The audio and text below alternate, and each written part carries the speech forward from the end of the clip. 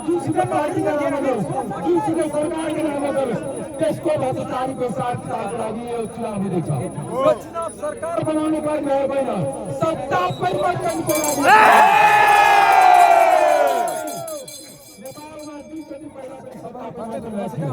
40 सालको आन्दोलनपछि 40 सालको निर्वाचनबाट पञ्चायत ढलेको थियो, बहुदल आएको थियो संविधानको मार्फत। बहुदलीय व्यवस्थाको संविधान त्यो त 2040 में निर्वाचन हुआ थियो।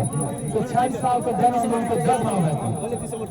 62-63 का आन्दोलन पञ्चायतमा गणतन्त्र आएको थियो, संहिता आएको थियो, समावेशिता आएको थियो। 64 को संविधान सभाको निर्वाचनबाट भदौ 23-24 गतेको जेनजी विद्रोहको कारणले यो भ्रष्टाचारीलाई कारबाही गर्ने को लागि चुनाव हुँदैछ। यो चुनाव होइन, यो चुनाव सत्ता परिवर्तनको लागि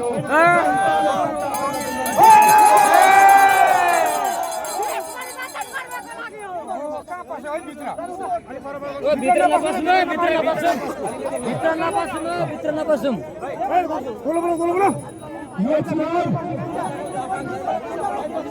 हामी आफ्नो पार्टीको सभापति रविराम झाले हाम्रो नेपालीको लागि न्यायको एक-एक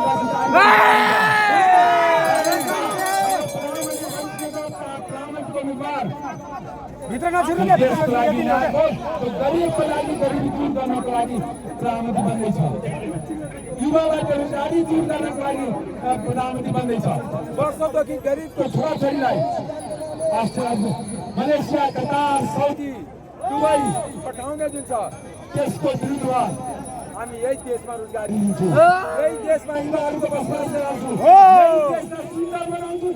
सुन्दर नेपाल हामी कल्पना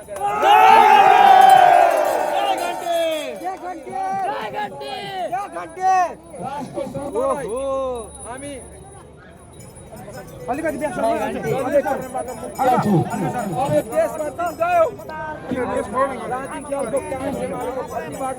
सर्वोच्च न्यायाधीश बन्ने दिन गयो। अब जब न्यायाधीश बन्छ परीक्षा दिएर बन्छ। सही, एकदम राइट ब्रो। निर्वाचन आयोगलाई या घन्टी दिनु न, बचाइदिनुहुन्छ।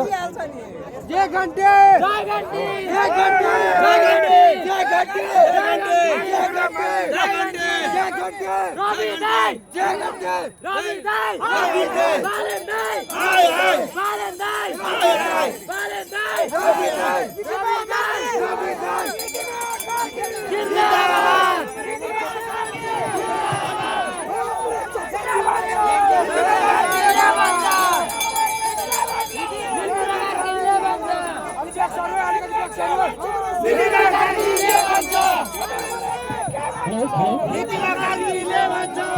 हेलो